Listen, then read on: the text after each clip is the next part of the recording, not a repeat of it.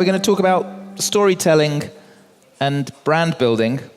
We have a rather fun and lively and engaging set of stories from our next speaker, who is CEO of Fine Hygienic Holding, and he has built brands for all sorts of consumer goods companies. He's worked with P&G, Coca-Cola, British American Tobacco.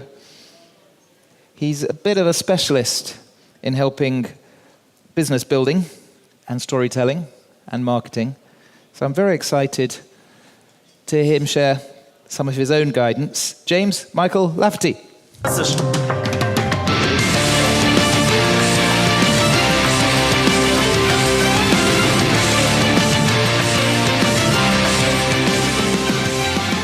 Okay, thank you. I have the questionable honor of keeping you awake after lunch, and we're going to talk about the concept of how to build brands that last.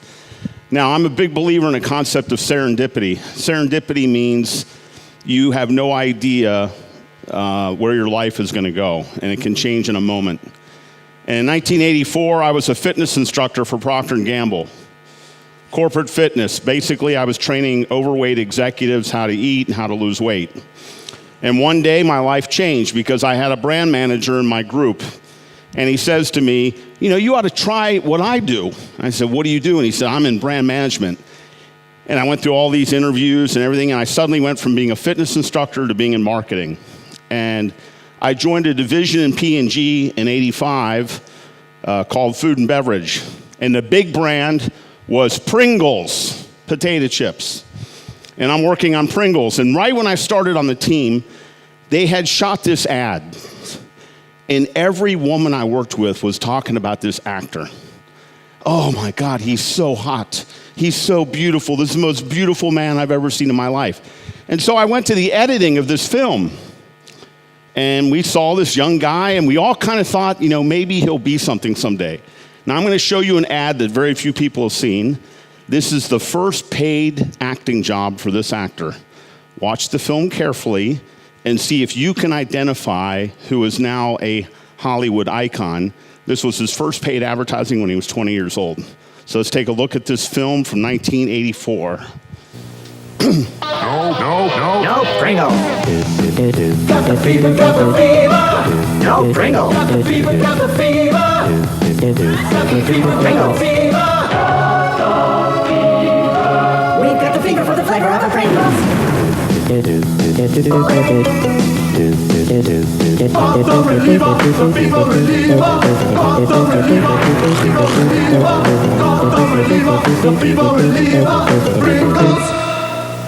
So Brad Pitt, for $500, his first acting job was eating Pringles on TV.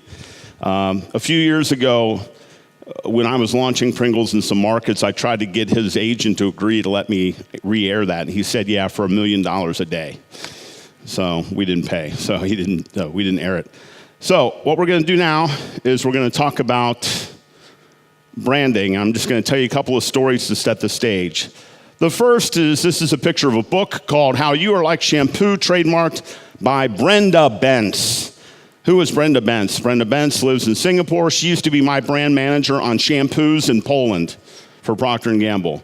And she went off and now started her whole branding business, lifting the principles that she learned on selling Pantene and Head & Shoulders to consumers to apply to people. And she's become one of the most globally renowned experts on branding, personal branding and company branding. And she's written a whole series of books. This is a book for job seekers. She's written books for new business founders. She's written a book for college students. So she has taken what she learned in consumer goods in selling shampoo, working for me in Poland, and transformed that into an entire branding career. The second is a story of a famous actor that you may know, Arnold Schwarzenegger. Now, he was a bodybuilder, and he decided to go to Hollywood with an accent. And he went to Hollywood, and they told him, you can never act with a name like that because nobody can remember it or recognize it. And he laughed at everyone and said, a name is what you make of it. A brand name is what you make of it. He stuck to the name Arnold Schwarzenegger, and he made it into an iconic name. The lessons of these tales are basically threefold. The first is that the principles of branding, I'm going to talk to you now, can be applied to your new business. They can be applied to you as a person. Every person in this room is a brand, whether you like it or not. You are a brand, and you have brand equity in the minds of people around you. Okay, so whether it's a product, a person, an event, or a service, it's a brand, and you can develop that brand. The second principle is a brand truly is what you make of it. Brand name, the biggest joke industry in branding is companies that tell you, I'll help you find a name for your brand. It's a joke. It's an absolute joke. A brand is what you make of it. Gillette. Where did the name Gillette come from? Thomas Gillette. Thomas Gillette founded the first razor, and then he built a brand, and then it was bought. Now everyone says Gillette is this amazing brand name. It wasn't at the beginning. It was just somebody's last name. I remember when I launched Head & Shoulders into Syria. The Syrians had never seen Head & Shoulders. So I went in, I'm meeting with these distributors, and they say, what are the names of your brands? And let's remember, Head & Shoulders is the world's biggest shampoo brand, $5 billion. And I said, we have Pantene for beauty, and we have Head & Shoulders for dandruff. And he starts laughing. The guy's going, Head & Shoulders, Head & Shoulders. He said, let me guess, you have a skin lotion called Arms and Legs. And he's laughing and laughing and laughing. He had never heard the name. He thought it was the stupidest name ever. And when you think about it, it is stupid, Head & Shoulders. But that name over and over is now synonymous with anti-dandruff protection.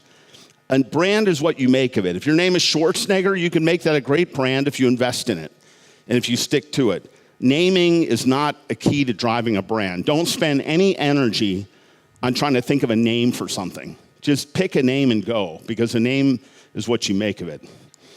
And the third thing is what we're going to talk today is more art than science. I'll give you good principles.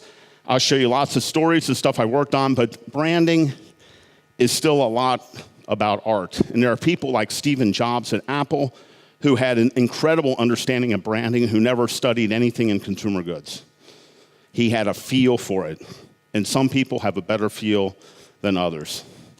So let's look at what I call the 7 virtues of brands that last. These are 7 dynamics that all great brands have in common. You can apply this to your company, you can apply this to your product, and you can certainly apply this to yourself. I'll be showing you some videos, some different advertising, and ways they brought this to life. But these are how the great brands operate. And we start with the virtue number 1, which is branding always starts with 3 questions. If you go to Procter & Gamble, the founder company of brand management, in their training, Brand Manager College, day 1 is the 3 questions. The questions are, who is your target audience? And we're going to talk a lot about this. You can't sell everybody. So you got to make choices, and you got to be clear. Who am I trying to win over? Question number 2, what is the message that you want to stand for? What is that, what we call brand equity? When you wake people up in the middle of the night, let's take yourself as an example. If I go to any of your best friends and I wake them, I shake them in the middle of the night, and I say, wake up, and they go, oh, okay, what? I say, what do you think about her? The first thing out of their mouth is your brand equity. And you may not like it, but that's your brand equity. That's, what do you want your brand equity to be? What do you want people to say about your brand? And then the third question is, how do you communicate that message? That is the fundamentals of marketing. That is the fundamentals of the Procter & Gamble company's billion-dollar brand management system. We train who, what, how. So let's take some examples of this, okay? The more specific, the better. Here's a piece of garbage. This is just theoretical, but this is a piece of garbage. Somebody says, I want to sell everybody. Whenever I sit with someone on brand marketing, I say, who's your target? And they say, the world. You're already set up for a disaster. You got to pick, and we'll talk about how to do that. The what is some kind of generic statement like, I have an amazing product. I have a great product. I have a killer app. Once you start saying killer app, you're already dead. The minute that comes out of your mouth, you're dead. Everybody says that stuff. The killer app is just the current term for what we said 30 years ago, amazing product. It means nothing. You got to be specific about what it does. And the third is you're going to build it purely digitally, and you're going to do a blog, and everything's going to go viral, and you're going to get all of this earned media, in your digital marketing program. This is garbage. This is not going to work. Now, I'll go back to my world, and I'll show you an example of a brilliant way to carve out very specific niches in the business. And let's take a look in the shampoo category. There's a shampoo in the US that is 5.5% market share. Now, the US shampoo business is like $5 billion. Okay, so 0.5 is you get $250 million in sales. This brand sells $250 million a year, but they make 12% of the profit in the category. This is what good targeting does. It gets you out of price wars. So there's this little brand in the US that's 0.5 share, but 12% of the profit. 12% of the profit. What brand is it? Here it is, Ultra Swim. Now let's read that paragraph. Ultra Swim replenishing shampoo has a unique patented formula that actually removes chlorine up to 3 times better than ordinary shampoos, transforming swimmers' hair into salon beautiful hair. Now that paragraph tells you everything you need to know. Who's their who? Who's the who? Swimmers.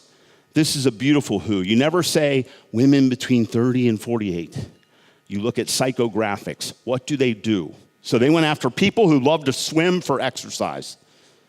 What is their what? What is their promise? Read in that paragraph. What's their promise?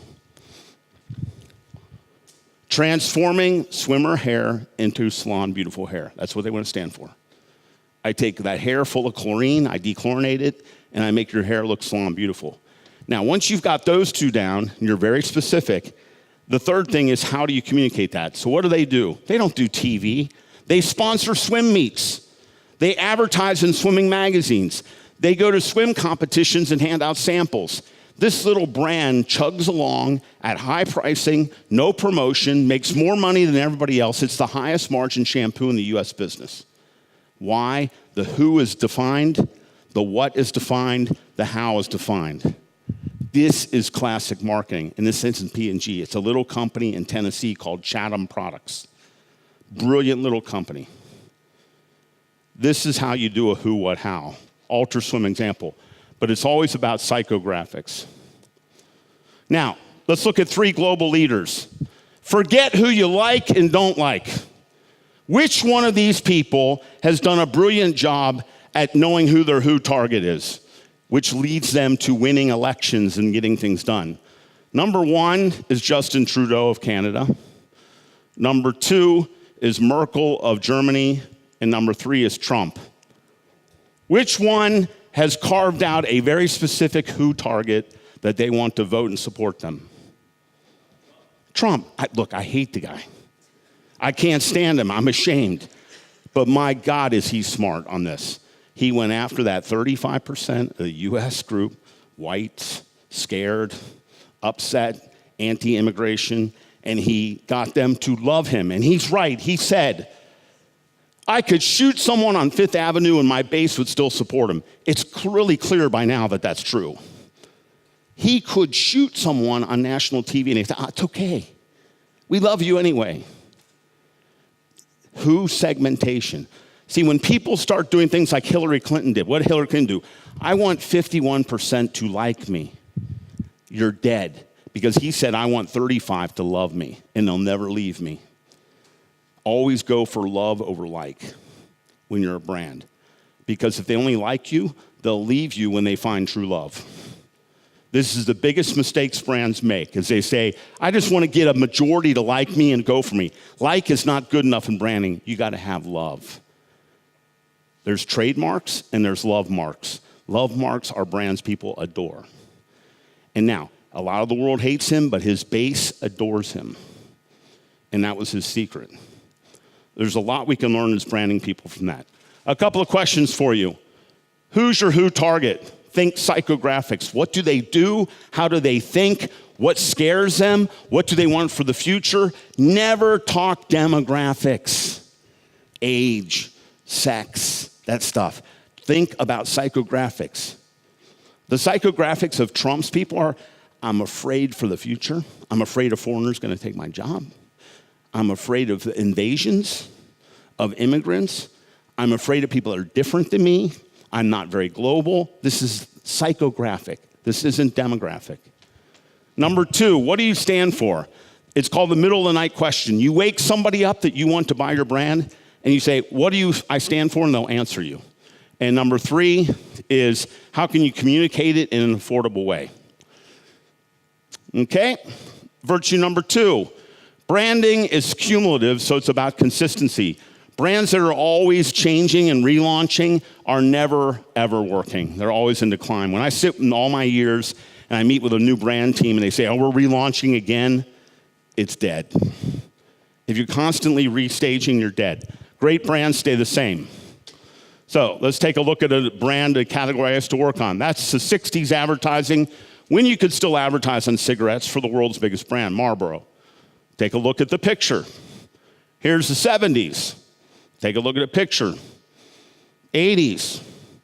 The 90s, before the advertising was banned in most countries, they stuck by the cowboy. There's a famous story in Philip Morris back in the 70s when John Travolta was in Saturday Night Fever and disco was big. Some brand manager wrote, we need to change the brand to disco. And some smart person said, Marlboro stays cowboy. You want a disco brand? Get a new brand. What did they do? They launched Newport, the disco brand. Consistency, consistency, consistency. The worst thing marketing people can do is I'm going to change everything. When you change everything, you have wasted all of your cumulative advertising to that date. So you take these brands like, any major consumer goods brand, they'll spend $20, $30, $50, $100 million a year on advertising. If you do that for 10 years, you've spent $1 billion on advertising. If you change, you just threw the billion in the garbage. Stick to the message. Stick to the message. American Express, 20 years on that selling line. Don't leave home without it. 20 straight years of the same message. Now, different advertising, different delivery, but the same message. The Coca Cola Bottle. In 1915, Coke went the first time to what's called a contour bottle. They never left it. That shape is now 103 years old. Don't leave. Shape can be part of your equity. Okay? Virtue number 3. Great brands always are different. They find a point of differentiation, and they make themselves different. Okay? And the idea I would give you is always think about the 5 senses. Many people only look at the visual sense. Look at auditory, look at taste, look even at smell, and I'll show you some examples of how brands have broken free by going for new senses in the category. Okay, so let's take a look. Visually, colors and contour. Did you know that was a Coke bottle? Equity. You knew it. They own the shape. Shapes can be very, very important. Obviously, taste is important. If you don't think taste is important, if you go back to 1986, you remember the new Coke disaster when they changed the formula and everybody went crazy. Coke has multiple equities here. Red color, contour shape, and the taste of the product. Those are all equities, and they're all protected by smart marketing people. Humans and colors. Here's 2 people. Daryl Mobley's my old boss. He's now a syndicated talk show host in the U.S. He never wears anything but suspenders and bow tie. It's an equity. Steve Jobs, black sweater, turtleneck sweater, equity. Corey Aquino from a country that I lived in for 12 years, a wonderful country, the Philippines. Her husband was assassinated. She became the president in the first democracy. She wore a yellow dress consistently. Yellow became the color of freedom in the country. She always wore the yellow dress. This is about equity, building equity and finding consistency and sticking with it. Looking at Pringles, my old brand. That shape, which is called the double helix, is patented shape. There are other curved chips in the world. You can go buy them today. You'll buy curved chips with just one shape. Nobody can do that shape because that's a patented shape. Why? It's an equity. It's an equity that they want to own, the shape of that chip. Green overcoat, green sports jackets. Nobody wants to wear a green sports jacket, But the most prestigious golf tournament in the world, the Masters, gives a green jacket to the winner. And it's the most coveted thing in golf. An ugly color. But they have made green jacket an equity. They've made this an equity of their brand, of the Masters. Now I'm going to show you a Coke ad that plays off of color. Now this is an award-winning ad. I was actually at the shoot in India. This was shot in preparation for a World Cup of cricket. And I want you to, it's done in Hindi, but I'll tell you at the end what it means. But this is leveraging an executional part of equity in their advertising. So let's take a look.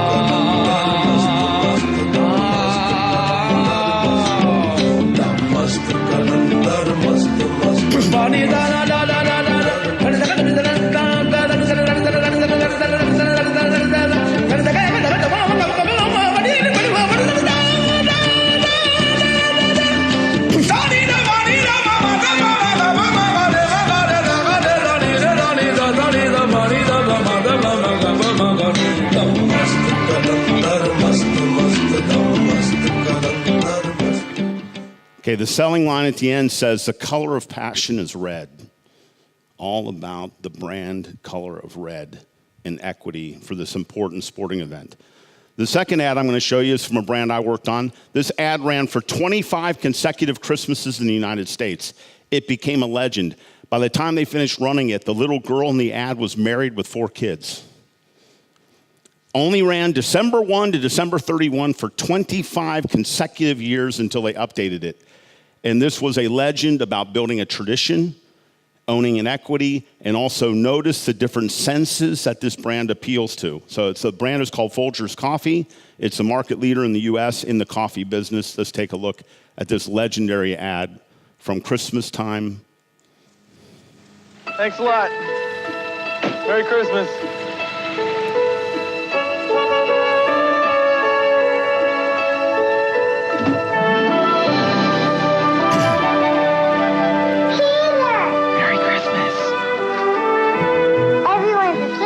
I know how to wake him up. Come on.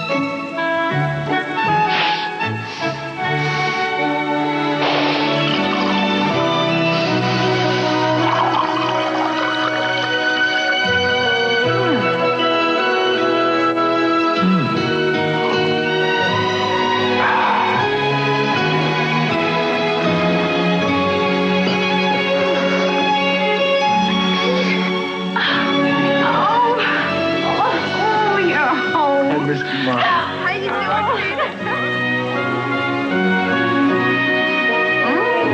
Best wishes for this and all your mornings from Folgers. Okay.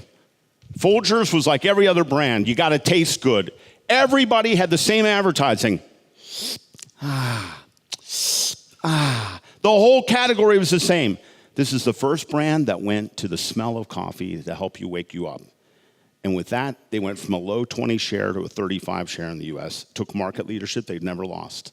The entire brand went onto a smell platform. This is the power of owning a sense. Owning a sense. Often everybody does the same thing. It's all about visual or all about taste. You sometimes have to go and be different and be distinctive and create your own edge. Folgers has been on now since the early 80s. They were always number 2 until they made that move. Now, if you notice at the end, when they're all around the Christmas tree, they slip in one taste shot because they still want to make sure that you know it tastes good too. It's not just the smell in the house. It still tastes good. They have one little shot of mom and dad in front of the tree doing their little thing. But the entire film is about smells and visuals on smells. Cracking the can, sniffing the can, the smell going through the house. They were the first brand in coffee in the world to go to scent, the sense of smell, to drive differentiation. Now, do you recognize this brand just by shape? Hershey's Kiss, one of the most visible shapes in the world. taking a shape and making something special about it. Think about the Apple logo icon with the bite out of the apple. Brilliant, but you got to stick to these things. You got to stick to them. You can't move. You got to be committed for years. Virtue number 4, great brands keep it simple. Now, we won't spend a lot of time on this, but they play to their strengths and they never try to be everything to all people. They pick and choose what they're going to do. So a couple quick examples. Apple is a brilliant example of simplicity. They picked white. When I grew up in branding, you would never pick white. They took white as a color to be different, and they owned it. And they kept it simple and clean. Other people say, let's got to do purple. We got to do something funky. We got to do something tech. They didn't do that. They went to white, and they kept it simple. You also see companies like the disaster of McDonald's. McDonald's decides back in the 90s, we need to fight Pizza Hut. So they launched McPizza. And that was a disastrous period when the CEO got fired. Why? They left what they're good at. Play to your strengths. McDonald's is burgers and chicken sandwiches and fish. They put things on buns. If you want a pizza, you don't think McDonald's. Play to your strengths. If you want to compete in pizza, McDonald's, buy Domino's. Buy the company. But you can't put everything, this is one of the hardest questions in marketing. How far can you stretch a brand and stretch it out and still put things under it? They got away from their simplicity, and the company struggled, and this was the first time in the history of the company they fired a CEO, was during the McPizza debacle. Okay, number 5, coming down the home stretch. Everybody buys on 2 levels. Brain, heart. Rational, emotional. The great brands always have both head and heart appeal. The good brands will have head appeal. If you have no rational reason to buy, you're going to lose. I don't care how much emotion you put in.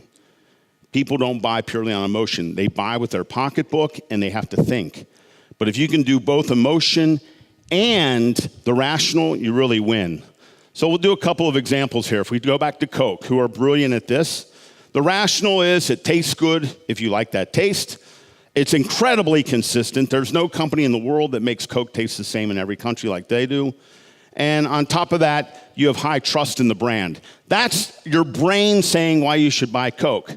Now, emotionally, they're unbelievable at tugging at the emotions around happiness and how their brand can be linked to making us happy.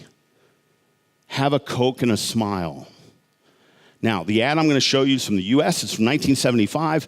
This is the most iconic Coca-Cola ad in the history of the company. It's about American football. It features a guy named Mean Joe Green, who played for the world champion Pittsburgh Steelers at that time, him and a little boy that they met at the game. And this is the most iconic of all Coca-Cola ads, called Mean Joe Green.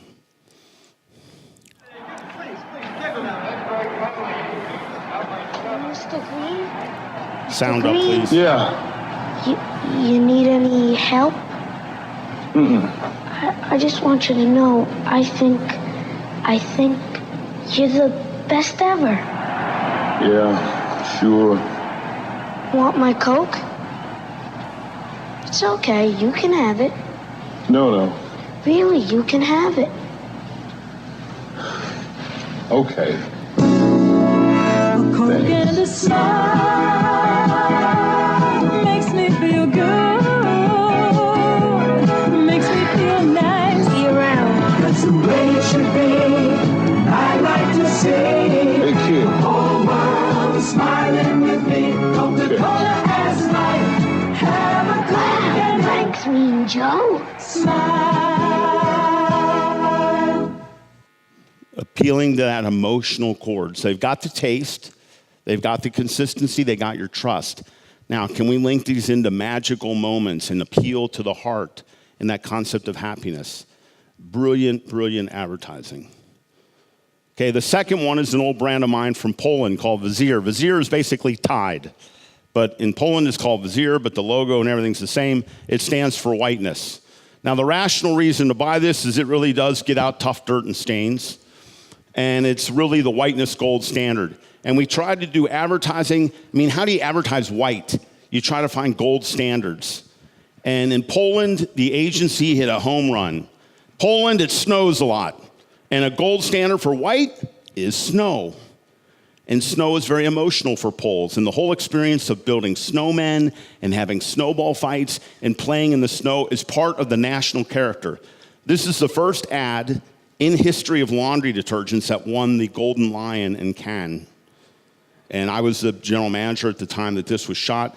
And it's a brilliant idea of the whole idea of being a part of the Polish culture, of playing in the snow and using snow as a standard of whiteness. So let's take a look at this quick ad. No voice.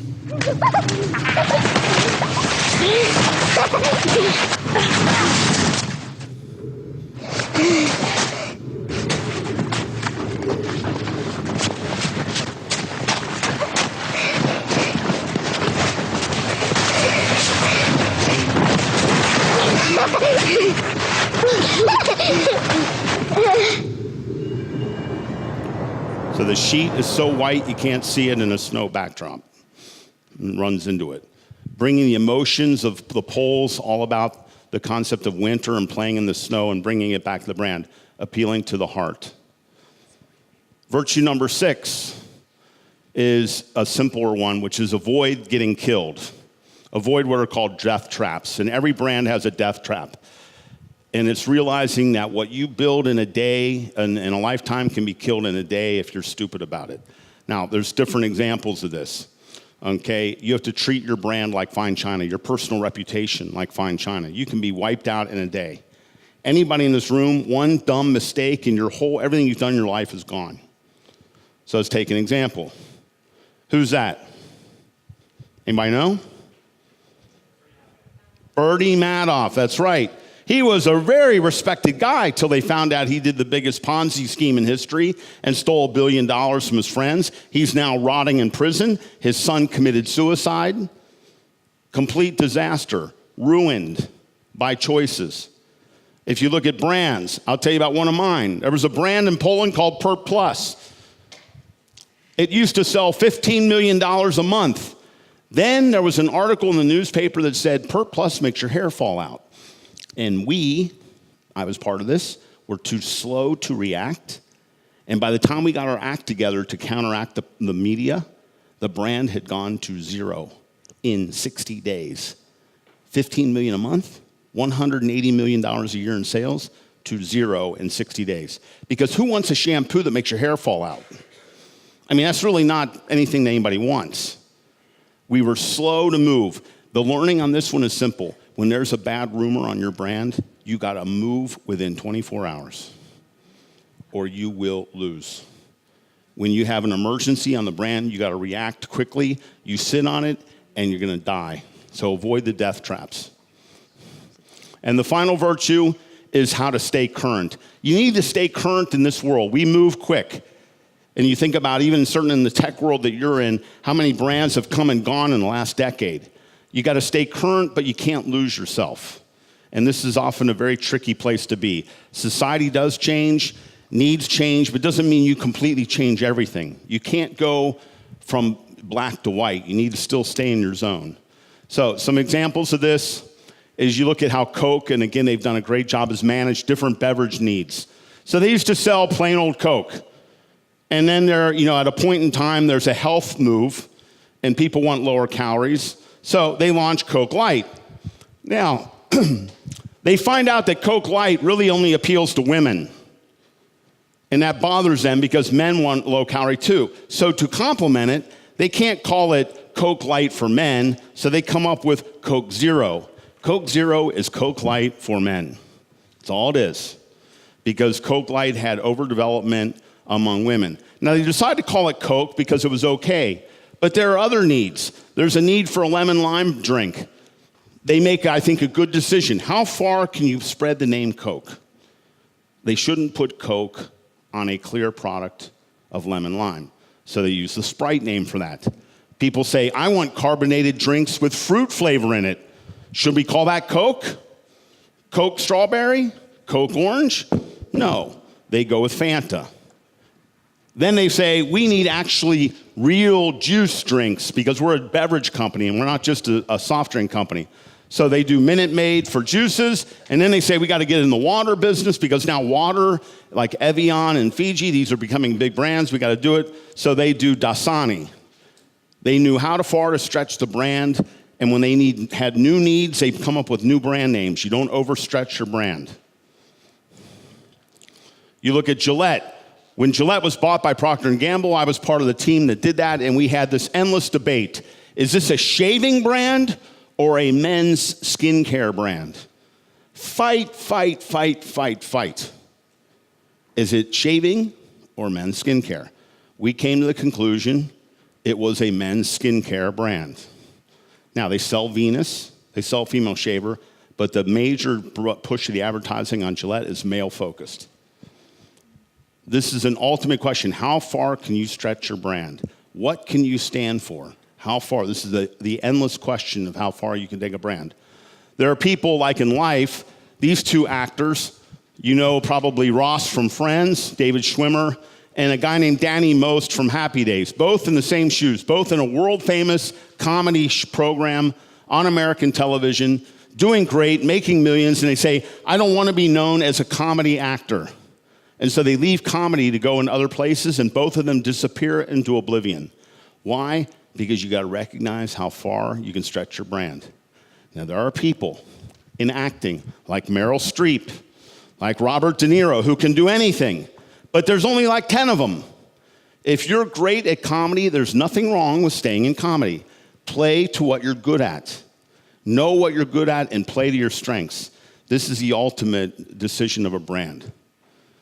The final is just some brand power questions that I would ask you. Are you clear on your who, what, and how? You should have written down for your business, even your own person, a brand equity statement. Who's my who, what's my what, and how's my how? Do you have executional things that you want? Do you have your own yellow dress like Corey Aquino had? Okay, do you stand out from a crowd? Do you think you stand out from everybody else who you're competing with? If you wake up your consumer at 3 in the morning, what would they say about you? What do you want them to say about you? Number 5, can you explain what you are in one sentence? Every good brand has a one-sentence brand equity. What do you want your company or your person or yourself to be known as? Do you have heart and head appeal? And how do you do it? Are you appealing to the rational side of humans as well as the emotional side of humans? And do you know what your potential death traps are? Do you make good choices about protecting that brand and being careful about it? And the final one is, how do you be Betty White? Betty White's 90-something years old. She stayed current. She's the only grandma on TV that still says fuck. And people say, that's so cool.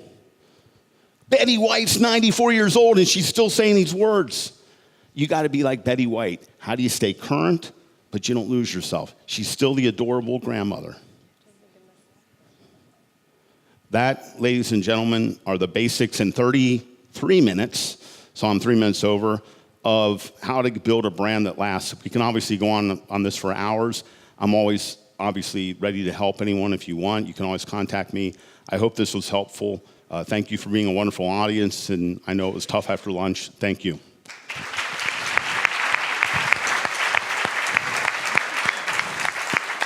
Thank you. So, that was great, James, but you're a multi-skilled, polydimensional man. So why don't we take like 1 or 2 questions, but we'll do workouts at the same time. Yeah, sure. The really useful fact of having James here is we can turn those questions into very, very mini workshops. So storytelling is a key challenge when you're building a growth business. This is an expert. If anybody here would like to ask a question, maybe based on your own premise, we'll have to do it quite quickly, but this is your moment. Yes, ma'am. Microphone here, please. So tell us who you are and what your business is. Hi, my name is Sabrina, and I'm the CEO of a company called Luxury Promise, Okay. which is a marketplace for people to buy and sell their luxury goods. We've only been in the Middle East for 2 weeks, so very new to this region. One question I would like to ask about branding is, obviously there's a rise of these digital marketing influencers, YouTube. You know, the world has changed, as you say, being current. Yep. And my question is, how do brands evolve with these, you know, now new marketing experts such as these influencers? Okay, an influencer, if you go back in the old days, of marketing, like when I grew up. The how was TV advertising, radio advertising, outdoor advertising.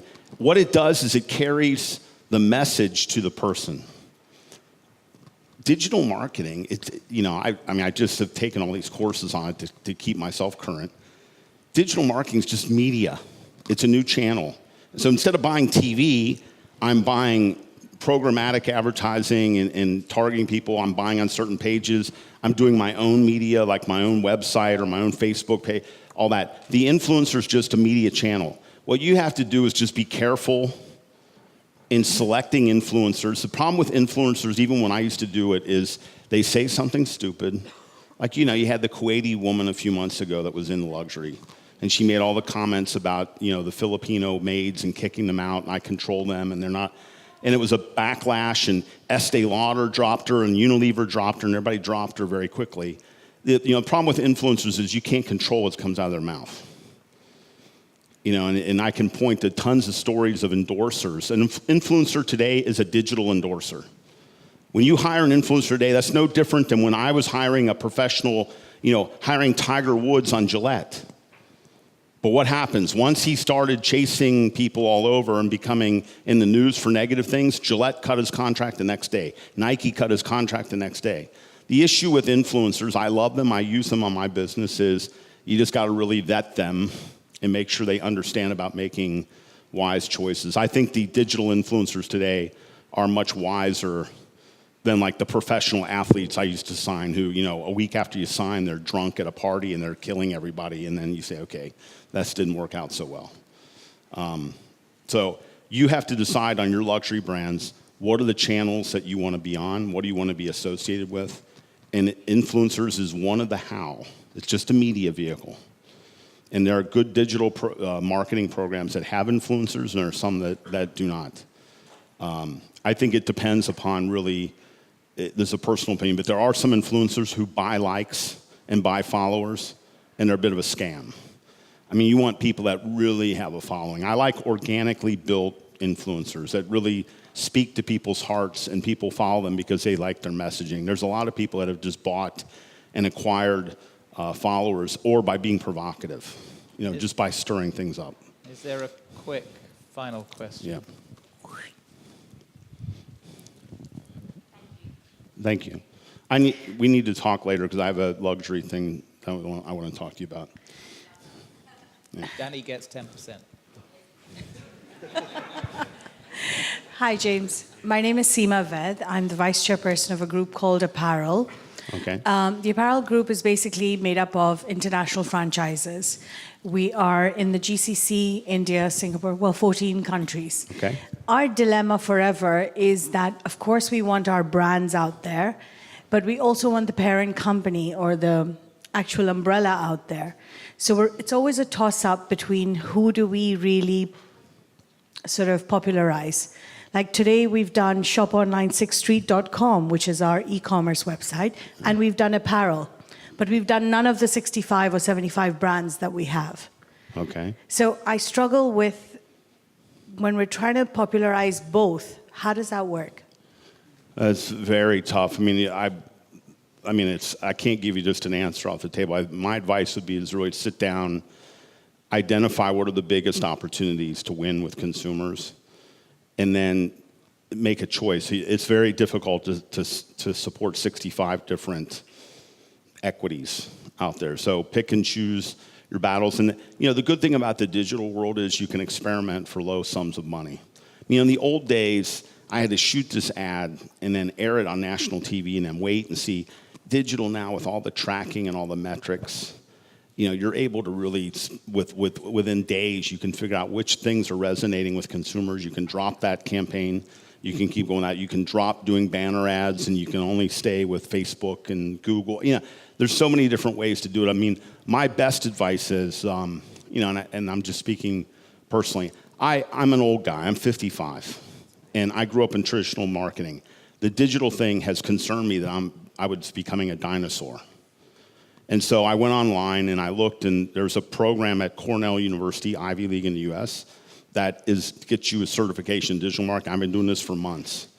And it's interesting, it's really good, And I have found that 75% of the digital marketing agencies I've been talking to don't know anything of what they're doing. So they say these things like, oh, we're digital gurus. And because they're young and they're tattooed and they've pierced every part of their body, they suddenly think, well, because of that, I know digital marketing. It's amazing. They have no concept of the funnel of going from awareness to consideration to purchase. They don't look at the consumer journey. They don't understand retargeting. They don't understand doing real call to action. They just book, basically 80% of the world is Facebook and Google and YouTube. They basically go to these standard, mediums, they book stuff out, and they charge you for it. I mean, I've been so disappointed. I mean, I find it sad that a 55-year-old guy that grew up in traditional above-the-line advertising can eat the lunch of a digital marketing agency, but I've been so disappointed here. There's a number of them, they don't know what they're doing. They have not been trained because they played around, they're good. And for me, there's one last thing. If you want to say you're a social media expert, there's a simple test. Like I have a guy come to me, he said, I'm a social media guru. I say, okay, if you're a guru, then you probably are pretty good yourself. So I go to his LinkedIn page, he has like 400 followers. I'm an old guy, I got 20,000. I don't even do anything. So you're a social media guru, but you can get no one to follow you. But now you want to take over my business and tell me you're going to get me people that are going to follow and track me on social media? I mean, this is the bad thing about this is right now in the world of digital marketing, there are more charlatans running around than you can even imagine that really have no idea. And that's one of the big issues. Don't get him started. Sorry, we have to move on. Thank you very much. He also runs a business that makes baby wipes and kitchen rolls and things. We deal in human feces. Adult that's the diapers, story. baby diapers, and toilet paper. This is what we do. We clean up your messes, and we're proud of it. So thank you. I'm always Thank you, available to James talk. Michael Lafferty.